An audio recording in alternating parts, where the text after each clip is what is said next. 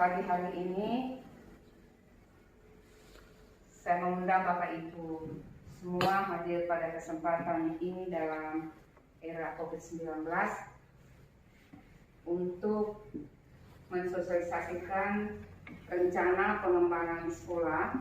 Hasil akhir daripada kegiatan workshop ini, indikator yang saya berikan adalah, indikator pencapaian yang saya berikan adalah pertama, siswa bisa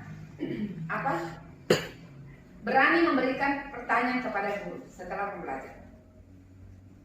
Yang kedua, siswa bisa menjawab pertanyaan-pertanyaan yang diberikan oleh guru.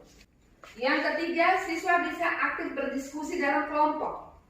Karena saya punya masalah bahwa siswa itu hanya orang yang dianggap dalam kelompok itu pasti adanya kerjasama. Yang keempat, dia diharapkan bahwa siswa itu dia senang. Jadi tidak ada perasaan takut, dia tidak keluar masuk lagi. Nah, itu tugas kita guru seperti itu. Jadi metode yang bagaimana, media yang bagaimana. Teman-teman, pada akhirnya diharapkan siswa itu senang, bahagia, aktif dalam mengikuti pembelajaran yang diberikan oleh Bapak Ibu guru. Itulah indikator pencapaiannya pada kegiatan workshop ini. Nah, kita harus mempertimbangkan atau memperhatikan salah satunya adalah karakter siswa. Jadi karakter atau rata-rata karakter siswa dalam satu kelas itu seperti apa? Mana karakternya? Sehingga kita bisa menyesuaikan dengan model pembelajaran apa yang kita gunakan nantinya. Batukan dengan media yang berbeda. Tapi ini sekedar untuk contoh yang sudah sering saya lakukan, saya gunakan dalam kaitannya dengan meningkatkan aktivitas belajar siswa. Menarik sekali Pak untuk pemaparan metode-metode belajar yang Pak buat sendiri ini. Saya rasa bahwa menarik sekali, inti pembelajaran yang sesuai dengan metode yang Pak pakai tadi. Saya ketaka, ketupat, keleso dan lain-lain itu. Memang kita tidak mengenal karakter siswa sama sekali. Maka model yang kita pilih itu mubazir saja Pak Rahmat. Ya. Sulit untuk menerima pelajaran itu hanya karena kurang kosakata, minim kosakata. Maju dan bisa kreatif dalam proses pembelajarannya nanti sesuai dengan apa yang ada pada potensi dirinya. Ini yang terpenting. Jadi bukan persoalan kompetensi, tetapi bagaimana kemauan Bapak Ibu. Menit untuk mempresentasikan RPP yang sudah dibuat. Diperlukan untuk membuat daftar profil dan family tree tadi. Yang ketiga, sintaks yang ketiga yakni dari PJ BL menyusun jadwal. Yang ketiga ini menyusun jadwal. Peserta didik menyusun jadwal penyelesaian proyek. Kali ini saya ingin menyampaikan materi pertama di kelas 7, yaitu tentang manusia, tempat, dan lingkungan. Pernah melihat orang berjualan di pasar itu berasal dari mana saja, Nak? Beda. Dari mana saja orang yang dari Peluang.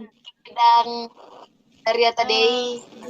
Atadei, Kalkasa. Ada selain Lembata? Ada dari Larantuka. Ada Ibu. Dari mana coba?